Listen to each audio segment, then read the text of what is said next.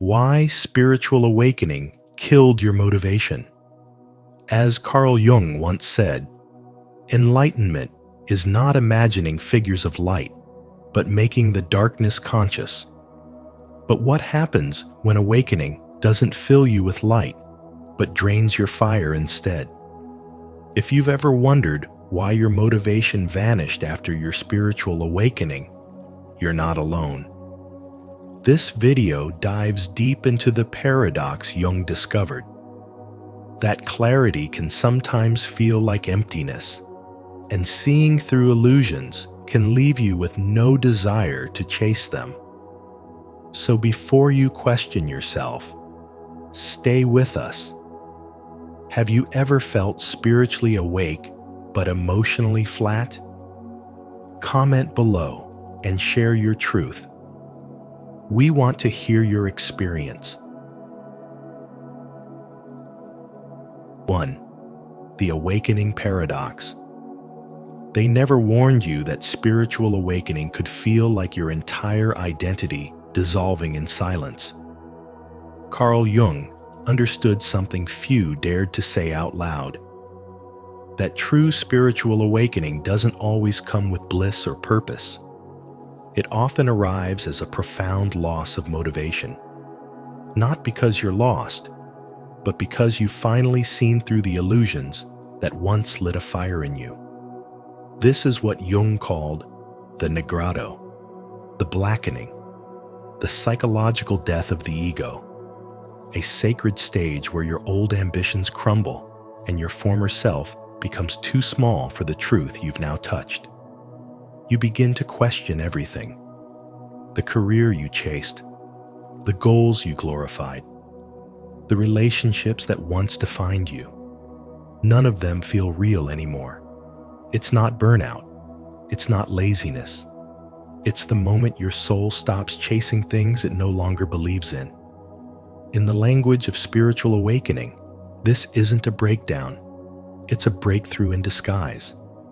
It's a necessary dismantling of everything built from fear, approval-seeking, or ego. Jung's deep psychological insight reveals that this stage is not the end. It is the beginning. The reason motivation dies after awakening is because what once drove you, external validation, competition, survival-based ambition, loses all meaning. The mind, once obsessed with doing, is suddenly stripped bare. The habits that gave you identity start to feel like costumes. You begin to understand that the real self cannot be motivated by the same forces that built the false self. And in this gap between death and rebirth, the modern world offers no refuge. In a society addicted to productivity, stillness looks like failure. But to the awakened soul, stillness is holy. It's the womb of rebirth. You aren't here to perform anymore. You're here to transform. And that transformation begins in emptiness. Not because you're empty, but because you're clearing the space where truth can finally live. This moment is where spiritual intelligence emerges, the wisdom that knows not to rush what is sacred. The deeper layers of your being are rearranging themselves, aligning you with a new kind of energy. It's not loud. It's not fast. It doesn't crave applause. It's quiet, but rooted, still, but powerful. And in this silence, a new form of motivation is being born. Not the kind that seeks to prove your worth, but the kind that flows from knowing it. This phase tests your trust in ways nothing else can. You will doubt your progress. You will feel lost, detached, even invisible. But this is the purification. This is the reset of your nervous system, your identity, your energetic signature. It's a sacred pause orchestrated by your higher self. And though it feels like nothing is happening, everything is being reordered beneath the surface. As Jung warned, until you make the unconscious conscious, it will direct your life and you will call it fate. This is that moment the unconscious is surfacing, and it's asking you to be still enough to hear it. You may not have the desire to do anything right now, and that's okay. You are not lazy, unworthy, or stuck. You are simply in a sacred transition that demands reverence, not resistance. Let yourself rest. Let yourself grieve the old life.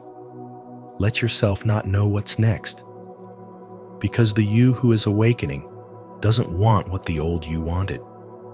And it's only by honoring this space between stories that your true life will begin to reveal itself.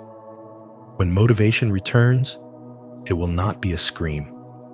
It will be a whisper of alignment, clarity, and soul truth. And that, more than any goal or plan, will guide you home. Have you ever felt like awakening drained you instead of fueling you? If this message resonates with your journey, comment below, "I embrace the paradox." Let this be your bold declaration that even in stillness, you're awakening to your true self. 2. Old motivation was ego-based. Before spiritual awakening, the engine behind most human motivation is fear masked as ambition. Fear of being insignificant, fear of not being loved, fear of failure. We chase promotions, wealth, admiration, not because our soul desires them, but because our ego clings to them as proof of worth. Society reinforces this by rewarding performance over presence and productivity over peace, conditioning us to believe that our value is measured in output. This creates a cycle where we constantly do more, not because it feels meaningful, but because we're terrified of what stillness might reveal. And then comes the awakening. A crack appears in the illusion. Suddenly, the desires you once pursued lose their shine. The goals you once obsessed over feel foreign. Carl Jung explained that when the ego begins to dissolve, so too does the fuel that powered it. You don't lose motivation because you failed. You lose it because you finally succeeded in seeing through the lie. The moment you realize that most of your life has been a reaction to pain, fear, and unconscious programming is the same moment you begin to feel empty. But this is not depression, it is deconstruction. The scaffolding falls because your soul is building something else. You're not lazy. You're not broken. You're simply waking up from the trance of ego-driven living. This stage of spiritual development can feel like death. It is the collapse of false identity. The mind tries to panic, to bring back the old fire, but it can't, and it shouldn't. You are being stripped of every artificial motive so that something more honest can emerge. In this strange silence, you learn to differentiate between what you wanted and what was implanted in you. You discover that your worth was never tied to performance, and that your peace does not depend on praise. Spirituality doesn't fill the emptiness with noise.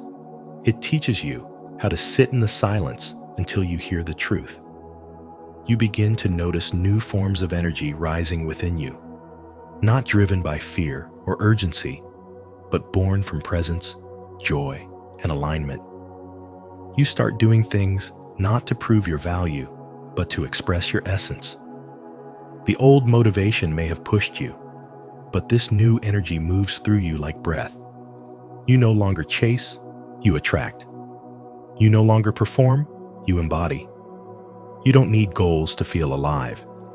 You only need to be real. And that realness becomes your purpose. Every action becomes sacred. Every step intentional. So if you find yourself unmotivated after awakening, understand that this is the dismantling of illusion. It is a sacred pause, a divine recalibration. You are not failing. You are shedding. This is not the end of your journey. It is the beginning of true freedom. You are learning to live from the soul, not survival. To move from essence, not ego. To create from wholeness, not from wounds. And that is the most powerful transformation of all. If you believe your old motivation was ego-based, and you're ready to awaken to something deeper, declare it now in the comments. I am receiving this message from God. It is for me today. I trust it completely.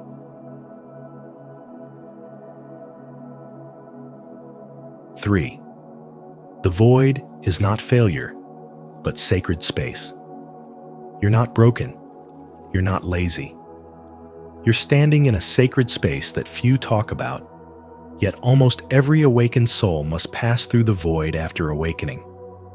When you've stripped away the illusions, dismantled the ego, and unplugged from the external noise that used to define your worth, you don't immediately step into radiant bliss or unlimited drive. Instead, you're met with silence, stillness, emptiness. Carl Jung, the intelligent father of analytical psychology, described this moment not as a mistake, but as a rite of passage. He called it the awakening paradox. The moment when seeing too clearly makes the world lose its false color, when realizing the truth removes the thrill of the chase. What once lit you up goals, validation, success, no longer holds meaning. This isn't because you failed. It's because you've succeeded at seeing through the illusion. And now your soul is recalibrating. And that recalibration doesn't look like motivation. It looks like fatigue, detachment, even apathy. But in truth, this is the deep intelligence of your being saying, no more false fires. Wait for the real flame. This void is not spiritual death. It's a spiritual pregnancy. Something sacred is forming in the invisible. Just as a seed must sit in darkness before it breaks open, you too are undergoing a silent transformation. And trying to return to your old life, your old ambitions, your old hustle, is like forcing a butterfly back into a cocoon. Jung warned that such regression is not only unnatural, but spiritually damaging. Your old self was a product of survival, programming, and unconscious fear. But your new self, the one emerging, is rooted in authenticity, presence, and spiritual wisdom. And that self doesn't run on adrenaline or people-pleasing or chasing shadows. It runs on truth. This is why everything familiar has stopped working. The system that once rewarded you for performing no longer satisfies you, and you can't force your energy into old molds without fracturing your soul. What you resist will persist, and what you force will eventually break.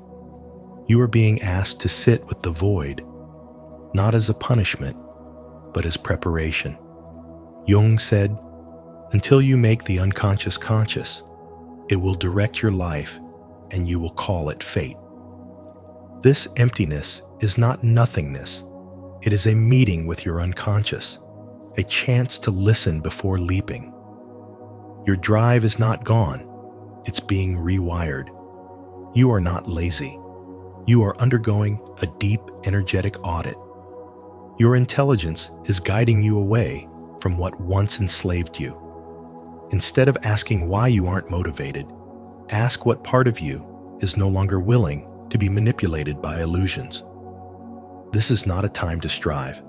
It's a time to surrender, to stop, to breathe, and to honor the unseen alchemy unfolding within you. In spiritual awakening, stillness isn't stagnation, it's alignment. Emptiness isn't the absence of meaning. It's the clearing that makes space for true meaning to arrive. And when it does, your next wave of motivation won't come from fear or ego. It will come from the soul, and it will move mountains. 4. The birth of soul-driven purpose. There comes a moment when everything you once called purpose begins to dissolve. The to-do lists lose meaning. The goals you used to chase no longer light you up. And the old definitions of success feel strangely irrelevant. You aren't lazy. You aren't broken. You're awakening. And as Carl Jung revealed, true purpose doesn't emerge from pressure. It emerges from alignment. Not alignment with society or external validation or even logic, but with your authentic self, the deepest layer of who you are. Jung called this soul motivation, a quiet intelligence that doesn't shout, doesn't rush, and doesn't seek applause. It simply pulls you toward what feels true. The deeper you go into your spiritual awakening, the more you begin to feel this shift. The urgency fades, the noise quiets, and the need to impress is replaced by the need to be real. This isn't burnout. It's your spirit rejecting false narratives. You no longer want to be everything to everyone. You want to be honest with yourself. You want peace more than progress, alignment more than applause. The world tells you to hustle, but your soul is asking you to listen. You start to notice the subtle difference between force and flow. You stop chasing clarity like a finish line and begin letting it find you. What once felt like ambition now feels like distortion, because that was never your true desire. It was conditioning, programming, inherited expectations. And now, one by one, those old motivations fall away. You no longer move from fear of missing out. You move from the stillness of knowing. This is the moment where you no longer need to create purpose. You begin to remember it. It's already inside you, waiting beneath the noise, beneath the performance. Spirituality, in its truest form, doesn't add more layers. It strips them away. And what's left is not emptiness, it's essence. Real purpose doesn't overwhelm you. It doesn't scream in the morning or flood your nervous system with urgency. It arrives like a deep breath. It speaks in the language of trust. And it's often so still that your ego mistakes it for nothing. But make no mistake, this is not nothing. It is everything. This is the shift from striving to surrender, from proving to being, from outer pressure to inner peace. So when your motivation disappears, pause before panicking. Ask yourself, what part of me was I trying to satisfy before? Was it the real me, or the version of me I thought the world would love more? When you lose interest in performing, you gain interest in living. You become more sensitive to what nourishes your spirit. You value rest. You crave truth. You understand that movement without meaning is just noise. And you realize something astonishing, that when you stop trying to be impressive, you become impactful. Because now, everything you do comes from the core. It's not about achieving to become someone. It's about expressing who you already are. Carl Jung taught us that the greatest journeys are not upward, they are inward. And from that space, soul motivation is born. Not from anxiety, but from awareness. Not from pressure, but from presence. And not from the need to succeed, but from the desire to be whole. Comment below. I am ready to live my soul-driven purpose. If you're done chasing ego goals and ready to walk in alignment with your higher calling. 5. The 3 stages of psychological resurrection. Carl Jung understood that what we often call a spiritual awakening isn't the start of a grand new journey. It's the death of everything false. When you awaken, you don't suddenly feel full of energy and purpose. Instead, you feel like your drive has vanished. Your goals no longer make sense, and your old self is slipping away. This is not a flaw in your path. It is the path. Jung called this process psychological resurrection, and it unfolds in 3 profound stages that redefine your relationship with ambition, identity, and meaning. The first stage is conscious dissolution. This is where the ego begins to collapse. You find yourself unable to chase what once excited you because your soul no longer aligns with those ego-based desires. There is a deep spiritual grieving in this letting go, of a sacred release of who you thought you had to be. This stage is painful, but it's holy. It demands that you sit with your emptiness, honor your past selves, and stop forcing a purpose that no longer fits.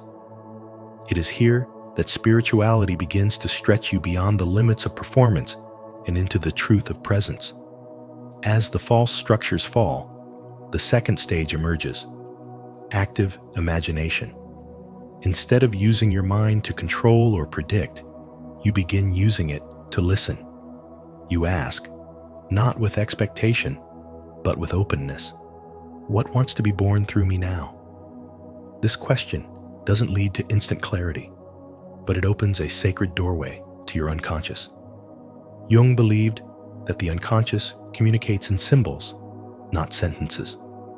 It shows up in dreams, images, synchronicities, and spontaneous moments of emotion. Active imagination is the practice of meeting your inner world with curiosity and trust. It is where spiritual development begins to take root, not through effort, but through surrender to the wisdom beneath your thoughts.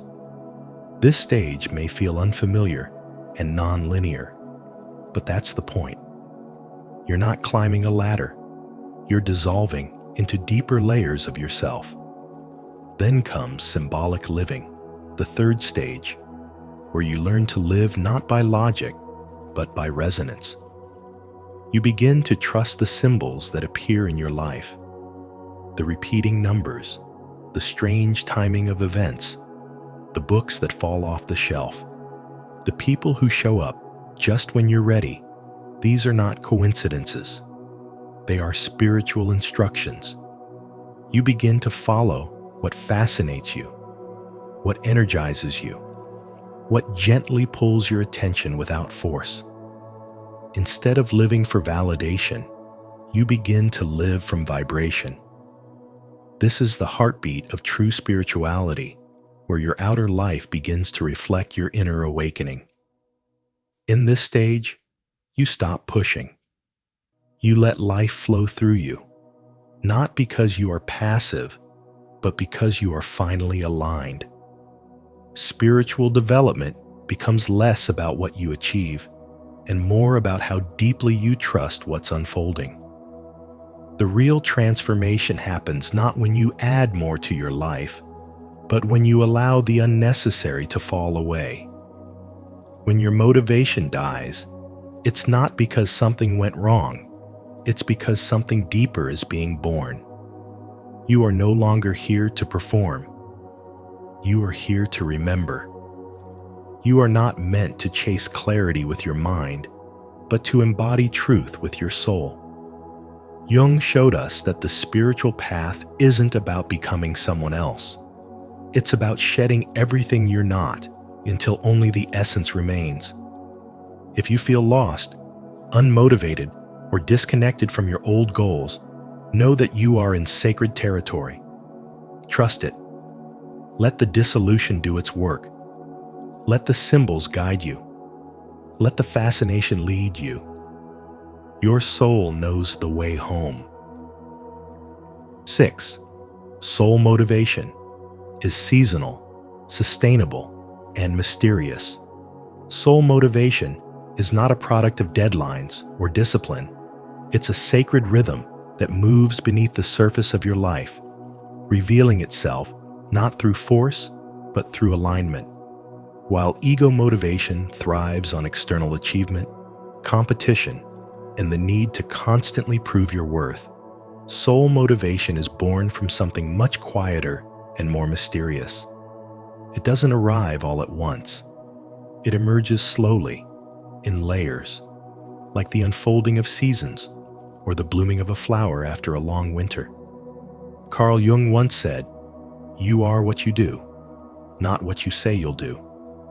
But he also understood that what you do must come from a place that is truly alive within you. That's the paradox. The more spiritually awakened you become, the more meaningless the old forms of ambition can seem. It's not because you've lost your drive, but because you've outgrown the illusions that once energized it. Spiritual awakening pulls you away from the surface and into depth, away from striving and into sensing, away from chasing and into becoming. The motivation that once came from proving yourself fades, and in its place rises a more sustainable, subtle energy, not driven by adrenaline or fear of failure, but by spiritual intelligence. This kind of motivation feels like being pulled, not pushed. It's no longer about performing for the world, but aligning with what lights your soul on fire. You begin to move in ways that feel natural, almost involuntary, like a tide returning to shore. There's no burnout here, because you're no longer hustling to earn worth. You're flowing from the worth that's already within. This is the intelligence of the soul, and it's not linear. It doesn't obey the rules of productivity. It doesn't answer to hustle culture or compare itself to others. It listens to something older, something sacred. It waits, it watches, and when it moves with power and clarity. Jung's concept of individuation speaks directly to this. As you awaken, you begin to integrate all parts of yourself: the conscious self, the shadow, the higher self, and what results is not motivation in the traditional sense, but something far more potent: direction with meaning. You're not motivated by money, fame, or status. You're motivated by truth, by alignment, by resonance. And in that space, your energy becomes sustainable. You're not constantly trying to catch up. You're not drained by pretending. You're filled by presence. Your actions begin to arise from stillness, not stress from wisdom, not worry. That's why you can't survive in this new season. The ego's version of motivation burns out, but the soul's version renews itself like spring. It is patient, it is precise, and it is powerful. So if you're feeling unmotivated after a spiritual awakening, you're not lazy, you're not lost. You're simply learning a new language, the language of stillness, clarity, and divine timing. Trust that the pause is not punishment. Trust that the emptiness is not a void, but a sacred space being cleared for something real to emerge. Your soul is no longer interested in running. It wants to walk with purpose, with reverence, with peace. And when that pull returns, and it will, you'll know it, not by how loud it is, but by how true it feels. This is spiritual wisdom. This is how your soul speaks. 7. From doing to being. Carl Jung's concept of ontological motivation reveals that true drive does not come from a desire to fix what is broken in you, but from the deep realization of who you already are. In the journey of spiritual awakening, what once lit your fire, ambition, approval, productivity, starts to lose its power over you. Not because you failed to care, but because you've outgrown the illusions that once defined your sense of purpose. You no longer operate from scarcity. You are not striving to be enough. You are learning to be. And in that shift from doing to being, from proving to embodying, your entire orientation toward life transforms. The old motivation, built on ego and survival, collapses. And for a while, that collapse can feel like emptiness. But it's not a void, it's sacred space. Jung understood that this emptiness is not the absence of purpose, but the purification of it. It is the clearing away of the noise so you can finally hear your soul whisper, "You were never meant to hustle for your worth." The moment you stop performing and start being, everything recalibrates. This is not about passivity or inaction.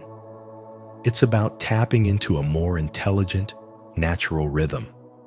Just like a tree doesn't question its growth or compare its leaves, your spirit, when aligned, expresses itself without effort.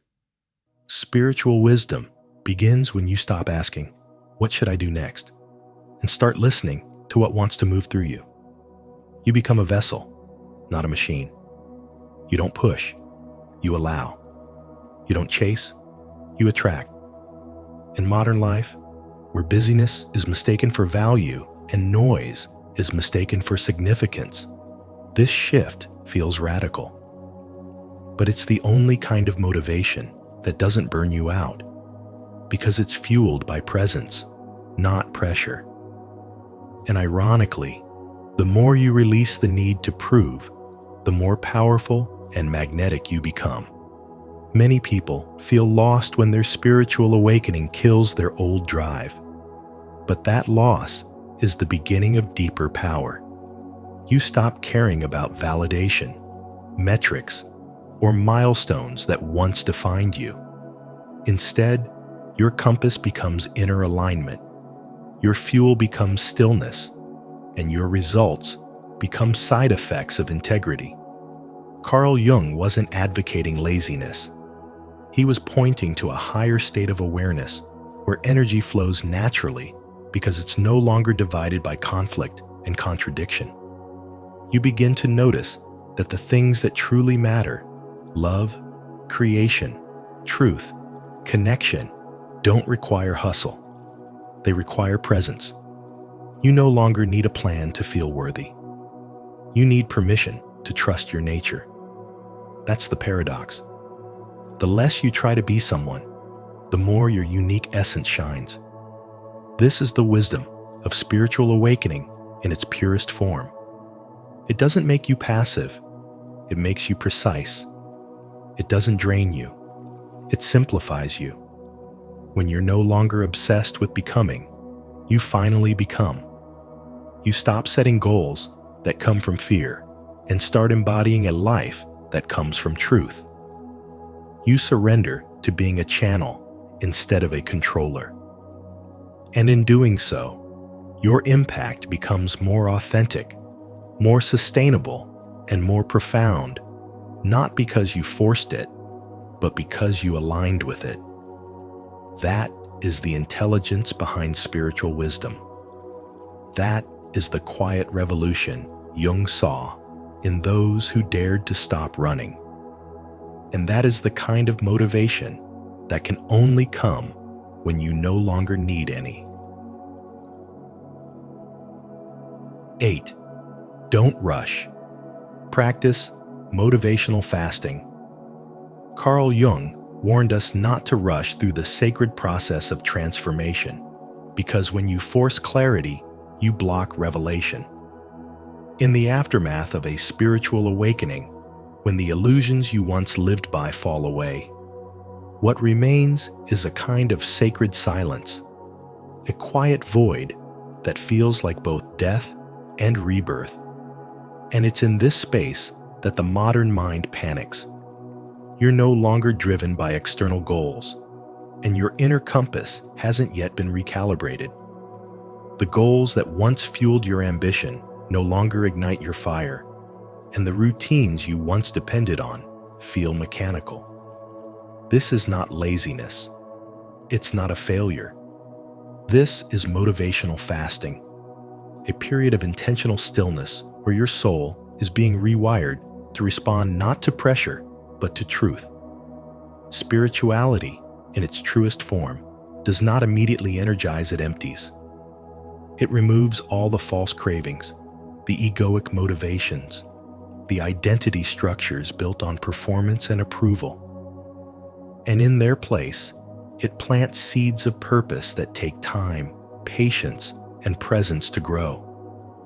In a world addicted to instant results, this waiting feels unbearable. But this discomfort is not a problem. It's a purification. It's how your soul begins to remember what it came here to do. Jung called this stage conscious waiting, a sacred act of allowing rather than forcing.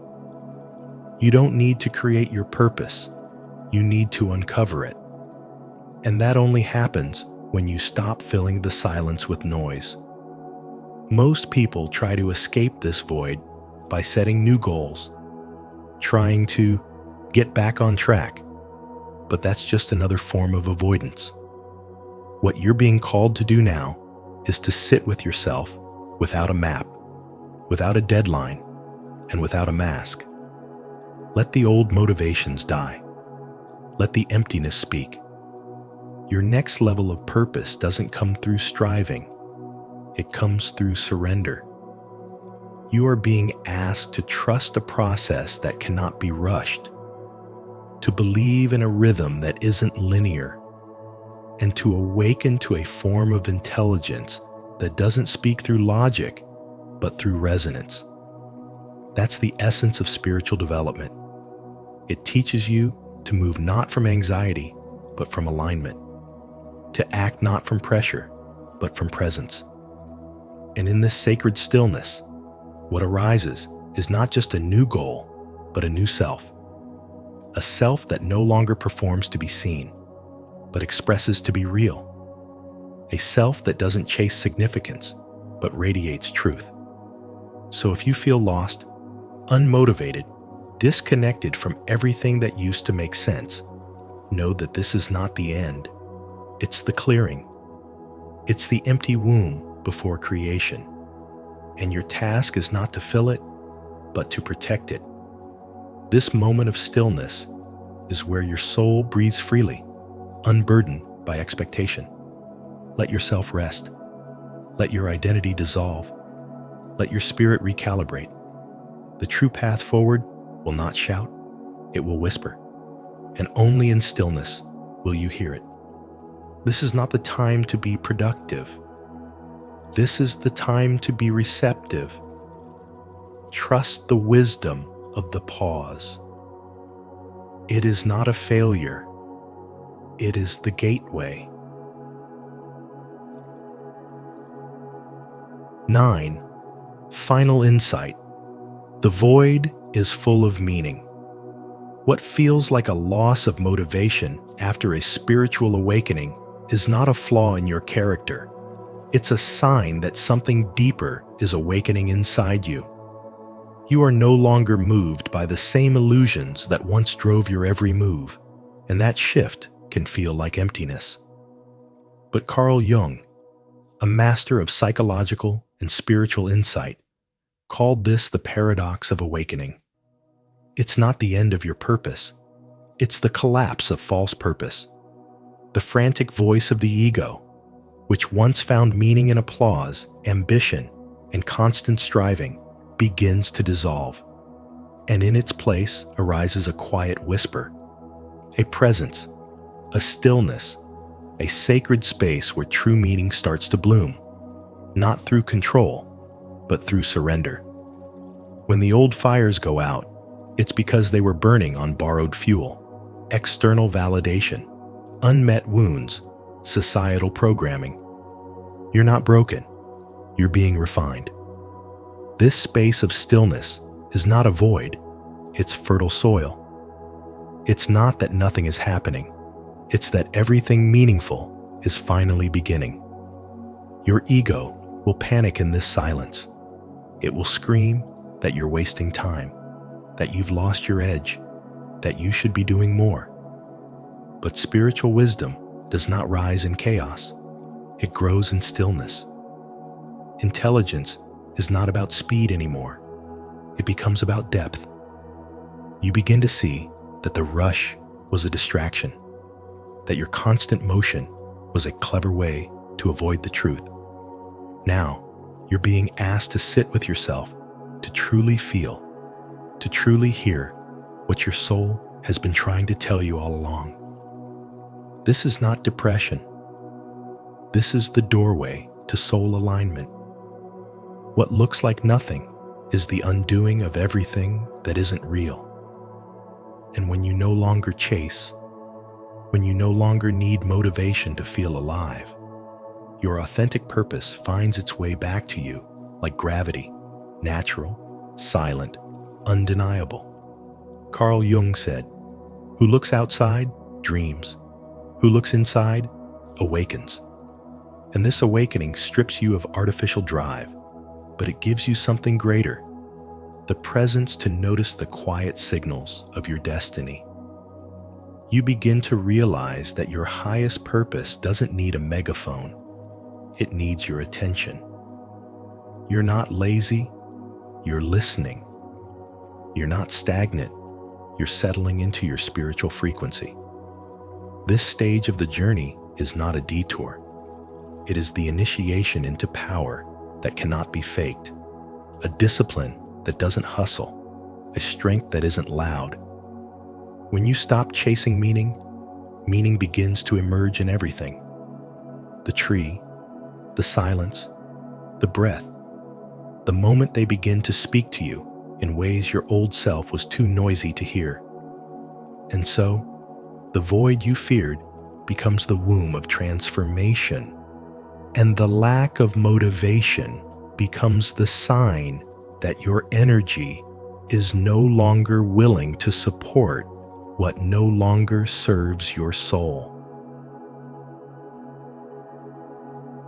So if you've ever felt like your spiritual awakening drained your motivation instead of igniting it, remember, you are not broken. You are evolving. As Carl Jung taught us, the death of old motivation is often the beginning of a more meaningful inner life. Let this be a gentle reminder that emptiness can be fertile ground for transformation. If this message resonated with you, don't forget to like this video, share it with someone who needs to hear this truth, and subscribe to Spiritual Wisdom for more insights on spirituality, spiritual awakening, and personal growth. And make sure to turn on the notification bell so you never miss a moment of clarity on your path forward. Six mysterious signs you might possess a rare aura that few ever experience. As Carl Jung once said, the privilege of a lifetime is to become who you truly are. But what if who you truly are carries a rare, almost otherworldly energy that few can understand, let alone possess? In today's video, we'll explore 6 mysterious signs that point to an aura so rare, it silently commands attention and shifts the energy of every room you enter.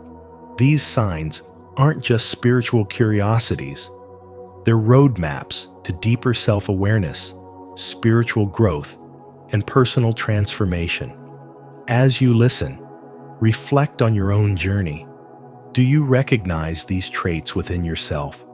If so, comment below with "I feel the shift," or share your thoughts with our community. Let's begin this powerful unveiling together. 1. A presence that silently shifts the room. They don't chase attention, yet attention seems to orbit around them. There's no need for loud entrances or dramatic statements. Simply by walking into a room, something in the energy field recalibrates. Conversations pause. People glance without knowing why. It's not about beauty, charm, or charisma. Those things can be mimicked. This presence can't be. It's ancient. It's earned. It's the result of someone who has walked into the depths of their inner world, faced their shadow with unflinching honesty, and returned whole. Carl Jung called this spiritual metamorphosis individuation, the moment a fragmented self becomes unified not by rejecting darkness, but by integrating it. And in this unity, the aura becomes rare. Its power doesn't need validation. It doesn't beg to be seen. It simply is. Calm, grounded, immovable. This presence doesn't rise from perfection, but from the courage to be fully human. Those who carry this rare frequency often bear the weight of emotional history. They've been through spiritual awakenings that shattered illusions and burned away everything superficial. They've walked through betrayals, endured loneliness, and navigated seasons of not belonging. But instead of becoming hardened, they became clear. And it's this clarity that sharpens their energy like a blade of truth. They don't entertain small talk or ego games. They can sit in silence and still be felt. Their aura speaks louder than their voice ever could. And it's not because they want to be mysterious, but because they no longer need to explain themselves. Their inner peace has become their native language. Their healing has turned into spiritual wisdom. And their stillness has become a mirror, one that often makes others uncomfortable, because it reflects what they've avoided in themselves. In a world addicted to performance, rare aura people are a paradox. They don't perform. They are. They listen deeply. They move slowly. They observe without judgment. And when they do speak, their words feel like codes soft, but unforgettable. You walk away from them changed, not because they tried to change you, but because their presence awakened something dormant in you. You remember who you are when you're around them. But this gift is double-edged, because just as they attract souls hungry for truth, they also repel those addicted to illusion. People either love them or fear them. There is rarely an in-between. And that's the price of spiritual clarity. It disrupts the status quo. It can't be controlled. It can't be manipulated. It's sovereign. These individuals are often misunderstood. Their silence is seen as arrogance, their solitude as sadness. But nothing could be further from the truth. They've simply stopped explaining their existence. They've stopped apologizing for their depth. They've stopped betraying themselves just to be liked. Instead, they've chosen alignment over acceptance, truth over comfort, and energy over appearances. They live by vibration, not obligation. They respond to the soul, not ego. And that's what makes them dangerous, not in the violent sense, but in the revolutionary one. Because their very presence exposes what is false, not with anger, but with undeniable authenticity. And in a world drowning in noise, they've become the quiet storm that changes everything. Have you ever walked into a room and felt the energy shift without saying a word? If you've experienced this silent power, share your story in the comments below so others can understand its mystery. If not, comment, "I will observe," to start becoming more aware of your own presence. Let's explore the rare aura within together.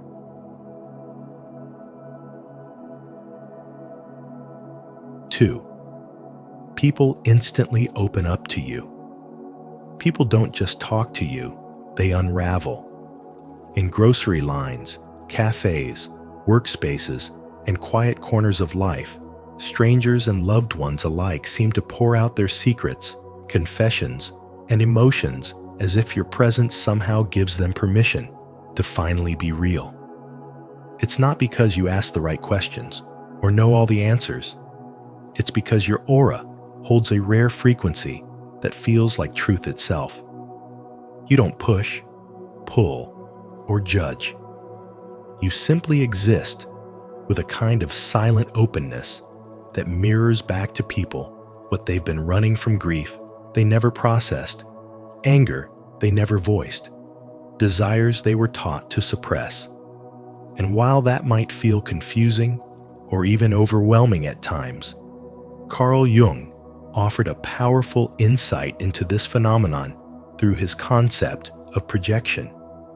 When people encounter someone with a spiritually awakened presence, someone who has faced their own shadow and no longer hides behind illusion, they unknowingly project their hidden self onto that person.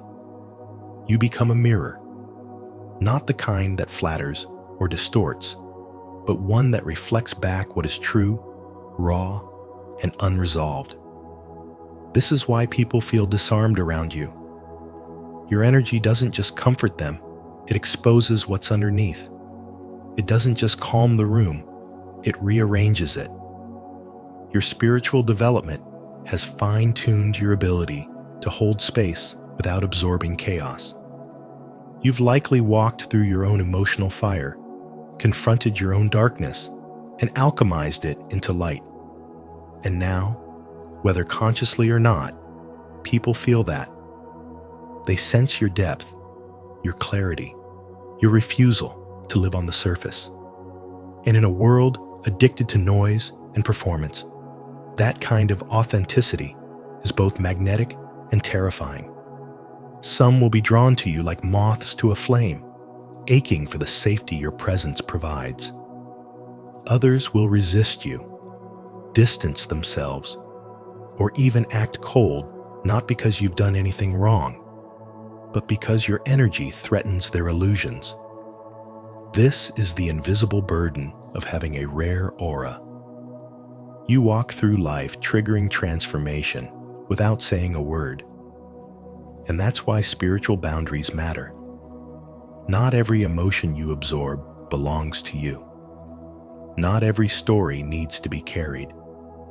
Just because people open their soul to you doesn't mean you're responsible for healing it. Your role is not to save, but to reflect. Not to fix, but to witness. This is the essence of true spiritual wisdom, not martyrdom, but mastery. So when someone says, "I don't know why I'm telling you this," take it as confirmation of your spiritual maturity. You're not just a safe space, you're a spiritual mirror. You awaken others simply by standing in your truth. Let your presence continue to be a portal for growth, but protect your own light fiercely. Because the deeper your aura reaches, the more intentional you must be about what and who you allow into it. This is the unseen path of spiritual development. Learning how to be a sanctuary for others without abandoning your own soul in the process. If people often open up to you without knowing why, comment below. I am in the flow of connection, because your rare aura might just be the reason. 3. Hyper-awareness of energetic undercurrents. You walk into a room, and before anyone says a word, you already know who's hurting, who's pretending, and who's barely holding it together. This isn't a trick, and it's not magic. It's the result of a deep inner intelligence, a form of spiritual wisdom that Carl Jung believed only a few ever fully develop. Your awareness stretches beyond the surface. You feel energy, mood shifts, unspoken tension, and repressed pain with stunning clarity. While others rely on facial expressions and tone of voice, you read between the silences, sensing what isn't said, noticing the emotional currents running beneath even the calmest conversation. This hyper-awareness is a hallmark of those with a rare aura, a presence that disturbs shallow waters, not because you're disruptive, but because you are awake in a world that thrives on numbness. But make no mistake, this level of spiritual perception doesn't come without a price. Because when you're constantly absorbing emotional data, social interaction can feel like energetic warfare. Small talk is exhausting. Fake smiles hurt. Crowded rooms feel like psychic noise. You don't just interact with people, you absorb them. And unless you've learned to regulate your boundaries, every conversation can leave you feeling like you've given too much. Carl Jung once said, "Until you make the unconscious conscious, it will direct your life and you will call it fate."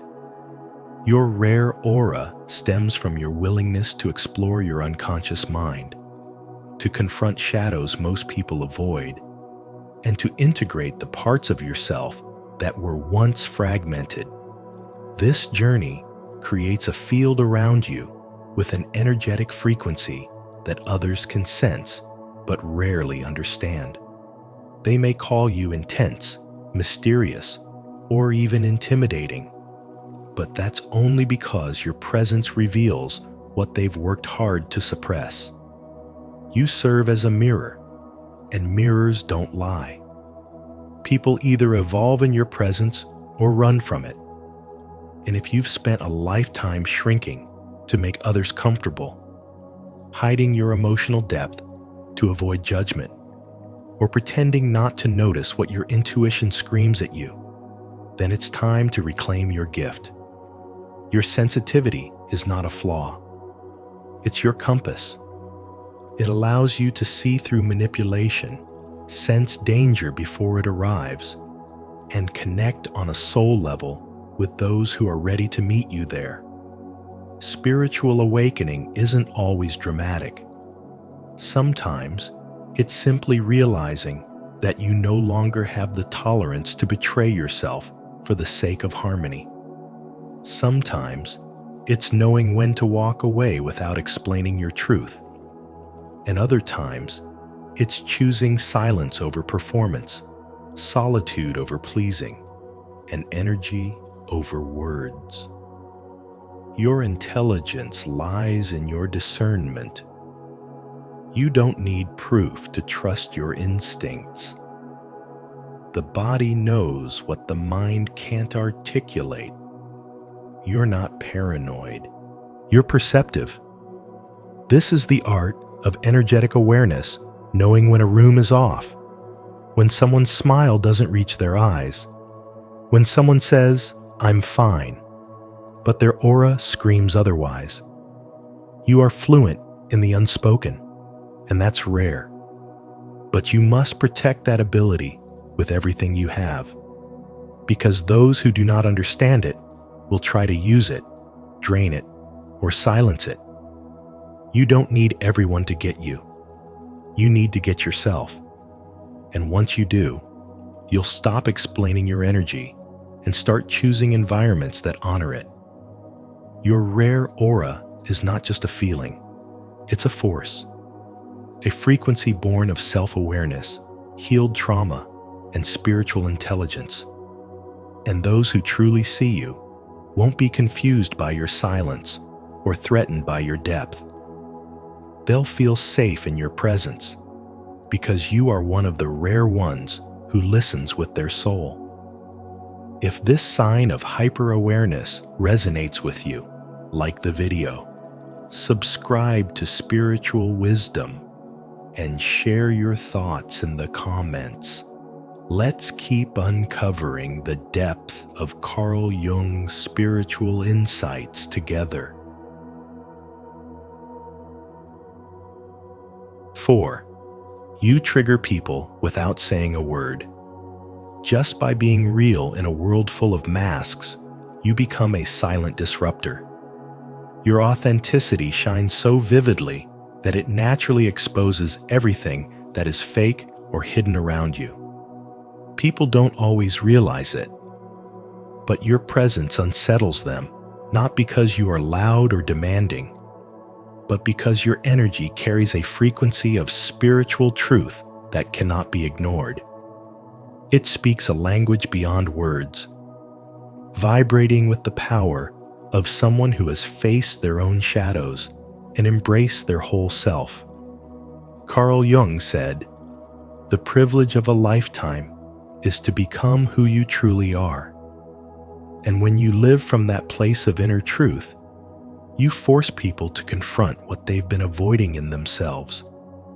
Some will find this magnetic. They will be drawn to you as if your light wakes something dormant within them. But others will feel threatened, even hostile, because you represent everything they've repressed. Your presence becomes a mirror they're not ready to look into.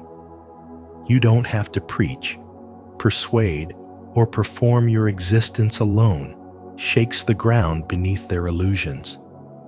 Jung warned that society fears wholeness because wholeness demands integration, and integration disrupts conformity.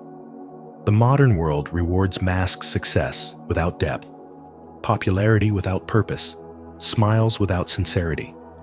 But you refuse to play that game. Your spirit won't allow it. When others suppress their pain to keep the peace, you bring it to the surface by simply existing. That's the power of spiritual awakening. It sharpens your aura until it becomes a piercing light that reveals what others have hidden in darkness. And so, even if you say nothing, people feel something shift when you walk into the room. Your silence speaks, and it speaks volumes. You challenge others to be real, to stop performing, to meet themselves at a deeper level. And that, for many, is terrifying. So they may distance themselves, mock you, criticize your choices, or even try to make you doubt your path. But understand, this is not personal. This is energetic. You trigger people because your energy reveals their inner fragmentation. Still, your role is not to shrink. You were never meant to water yourself down to make others feel comfortable. You are here to expand, to stand as a living example of wholeness in a fragmented world. Every time you're misunderstood, every time someone turns cold or combative, know that your energy is doing sacred work. You are shaking their false foundations, not out of malice, but as a call to evolve. You are a mirror they didn't ask for, but deeply need. And while many will turn away, the ones who stay will grow. You are here to lead by energy, not by explanation. Your rare aura is not a burden. It is a spiritual signal, a quiet revolution that inspires others to return to themselves. So continue to be real. Continue to walk with grace and unwavering truth. Let your spiritual wisdom speak through your actions. Let your presence be a reminder that authenticity is not just powerful, it's necessary. If this message resonates with something deep inside you, repeat after me. I am receiving this message from the universe. It's speaking directly to my soul. I trust its truth completely. 5. Solitude becomes sacred. As your spiritual development deepens, you begin to notice a profound shift in how you relate to the world around you. The noise, the constant stimulation, and the need for external approval no longer satisfy you. You find yourself naturally distancing from superficial interactions that once filled your time. There's a quiet ache not of sadness, but of transformation as your soul begins to crave something richer than casual conversations and energy-draining environments. You no longer chase attention or validation because your energy is becoming more refined, more selective. The solitude that once felt like exile now becomes sacred ground. This isn't withdrawal out of fear. It's the necessary step for inner expansion. In solitude, you're no longer performing for the world. You're listening, healing, awakening. You're tuning into a frequency that most people are too distracted to hear. Carl Jung understood this when he emphasized that individuation, becoming who you truly are, requires stepping away from the collective noise. It's in that quiet where you meet the parts of yourself that have been waiting to be seen, not by others, but by you. What used to be labeled as isolation is now the womb of your transformation. You begin to understand that growth isn't always loud. Sometimes it's the silent nights spent with your thoughts, the quiet mornings where you feel the pulse of the universe beating inside you, the deep moments of self-reflection where clarity cuts through confusion like a blade.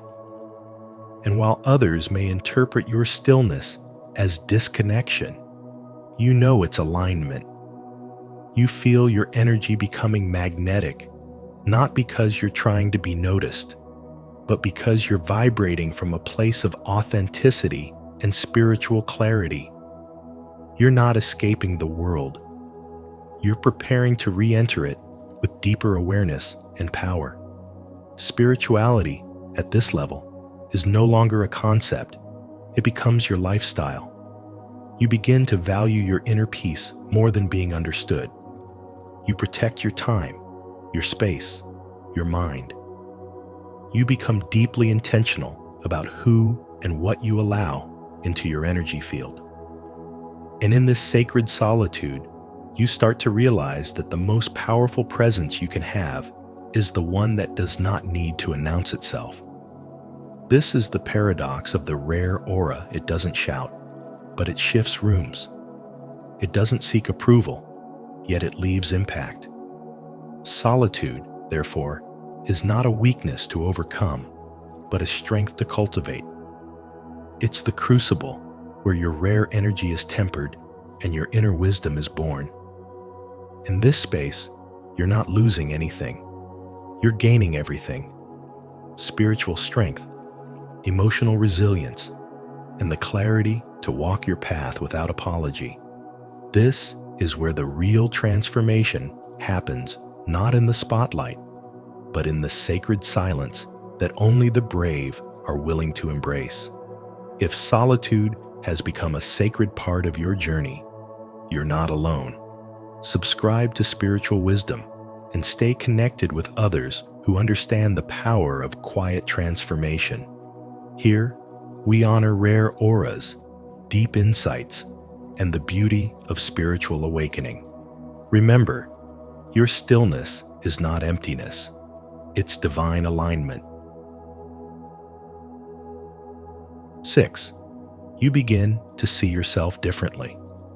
You stop seeing your difference as something to fix and begin to recognize it as sacred design, a deliberate mark of spiritual intelligence.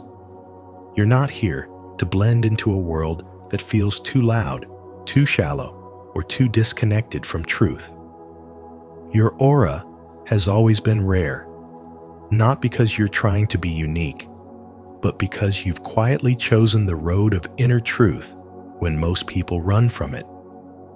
Carl Jung once said, "The most terrifying thing is to accept oneself completely." And that's exactly what your energy does. It reflects a soul that has dared to look inward without flinching. You begin to realize you were never meant to play small, apologize for your presence, or mask your intensity. Instead of questioning why you see through the surface, feel things deeply, or sense what others cannot explain, you start to honor these gifts as signs of your spiritual awakening and your connection to something beyond the physical. Your aura isn't just different, it's disruptive in the most divine way. It confronts the falsehoods people live by. It stirs the unspoken. It reveals the hidden. You walk into rooms and shift the atmosphere, not because you demand attention, but because your energy exposes what's fake, what's unaligned, and what's asleep. This kind of presence isn't loud, but it's undeniable. It's not charisma, it's clarity. It's not dominance, it's depth. And the more you own that, the more others begin to feel something change in themselves when they're around you. Some will admire it, some will misunderstand it, but either way, your very existence becomes a mirror that forces others to confront what they've buried. And that's not something everyone is ready for. But this is where the sacred responsibility begins. You're not just here to shine, you're here to protect your light. You start setting boundaries not out of bitterness, but out of spiritual necessity. You no longer let guilt manipulate your kindness. You stop explaining your path to people who have no interest in understanding it. You honor your intuition more than the noise. You walk away from people who drain your energy, not because you don't care, but because you finally realize your frequency is not meant to be diluted. This is emotional mastery, spiritual wisdom, and energetic discipline, all wrapped into one rare sovereign presence. And as you protect your energy, you begin to radiate even more powerfully, not through force, but through presence. You stop shrinking to make others comfortable and start expanding into the fullness of who you are. You no longer seek permission to be seen, because you understand now that your energy is the permission. Your aura whispers, you can be whole too. It speaks to people's unlived potential, their forgotten truths, their suppressed emotions. You become a walking awakening. And it's not about ego, it's about embodiment. You're not trying to impress, you're trying to remember. To remember who you were before the world told you to be less. To remember the version of yourself that always knew they were here for more. This is when you begin to live differently, speak differently, love differently. You realize you are no longer someone searching for worth. You are someone radiating it. And that, above all else, is why your aura is rare. Because while others are still trying to find themselves in the noise, you've chosen to become the quiet power that wakes others up. And remember, if any of these signs resonated with you, it's not by accident your journey towards spiritual awakening may already be unfolding. Carl Jung taught us that rare energy often comes from deep inner work and self-awareness. So, trust your intuition, honor your presence, and keep exploring the mystery of your own soul. If you found this video insightful, please like, share it with someone who might need it, and subscribe to Spiritual Wisdom for more content that supports your spiritual growth. Don't forget to hit the notification bell so you never miss an awakening moment. Until next time, stay luminous.